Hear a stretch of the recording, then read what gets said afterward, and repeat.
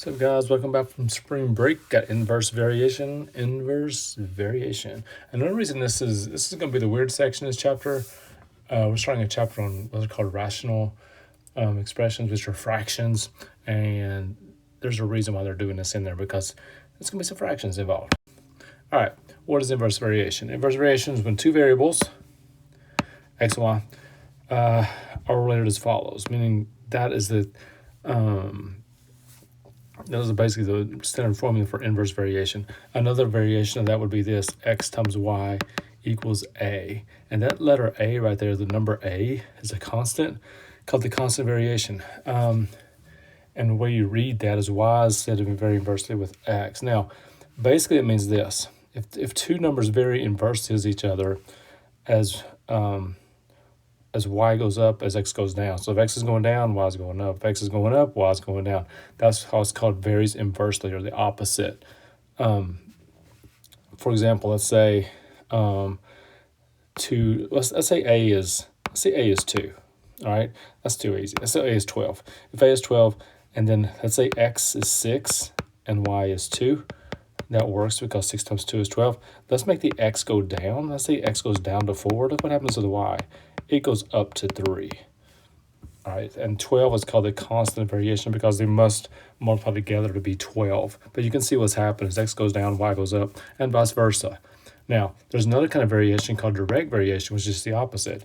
It happens like this. Y goes up as x goes up. Y goes down as x goes down. And the formula for that one is this, or sometimes it's written this way. So let's take at this one, and I'm using k for constant variation instead of a on this one. But let's say k is 12 here, and y is 24, which means x has to be 2 because 24 divided by 2. Now, let's say it changes and x goes up to 36. Look what happens to the x. It also goes up to 3. So inverse, the opposite happens. Direct, the same direction happens. That's kind of a simplified version of it, but it kind of works. All right. First thing they're going to give you an equation and say, what kind is this? Is it direct variation? Is it inverse? Or is it neither? Now, if they're multiplied together to be a constant, think about that. X could be 10. You can plug numbers in to check if you want to, but that's going to be inverse because as x goes up, y must come down. This is a neither. And then this one right here, you could rewrite that bottom one like this: x times y equals 2, which means it's direct. So, I'm sorry, also inverse. That was my bad right there. Same thing as what a was. They just wrote it a little bit different way. Okay, it is direct when you have y over x equals a constant, or if it's y equals a times x. That's what direct would look like.